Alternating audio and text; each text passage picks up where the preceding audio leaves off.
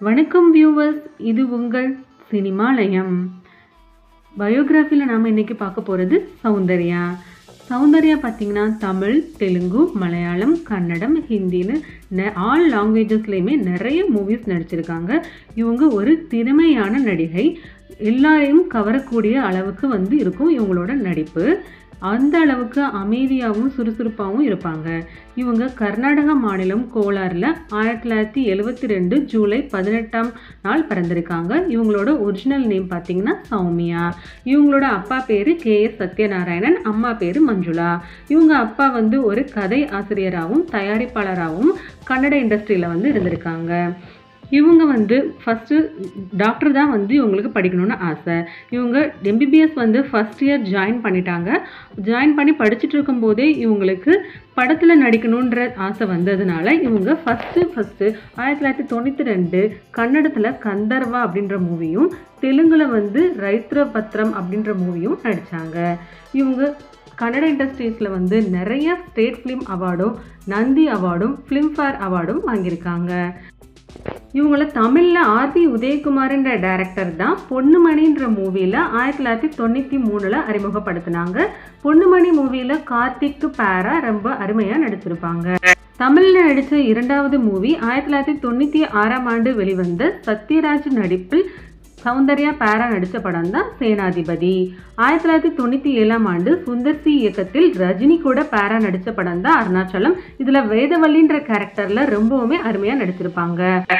1998ஆம் ஆண்டு காதலா காதலா மூவியில் கமலுக்கு பேரா நடிச்சிருப்பாங்க. இதில் பிரபுதேவா ரம்பாவும் நடிச்சிருப்பாங்க.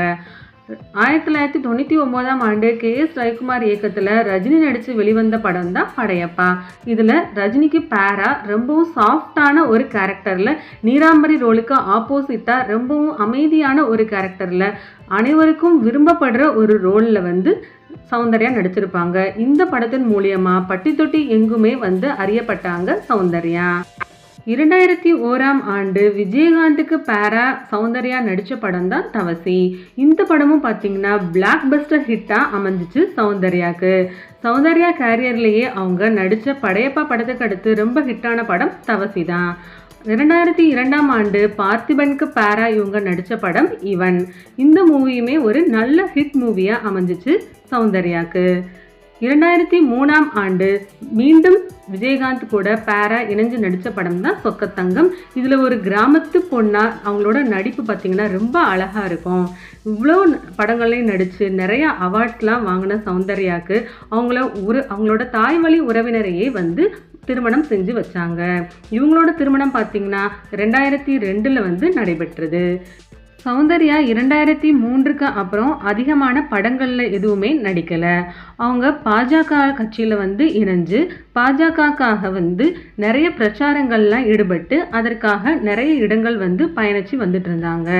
இவங்க அந்த வகையில் தான் 2004ஆம் ஆண்டு ஏப்ரல் 17ஆம் தேதி பாஜக பிரச்சாரத்துக்காக தனி விமானத்தில் இவங்களோட சகோதரரோட செஞ்சுட்ருக்காங்க.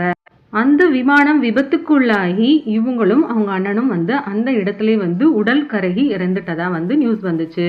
இந்த நியூஸை அந்த சமயத்தில் யாருமே நம்பலை. சௌந்தர்யா உயிரோட தான் இருக்காங்க, அவங்க சிங்கப்பூர் மலேசியாவில் இருக்காங்க அப்படின்னு நிறைய ரூமர்ஸ் ஸ்ப்ரெட் ஆச்சு.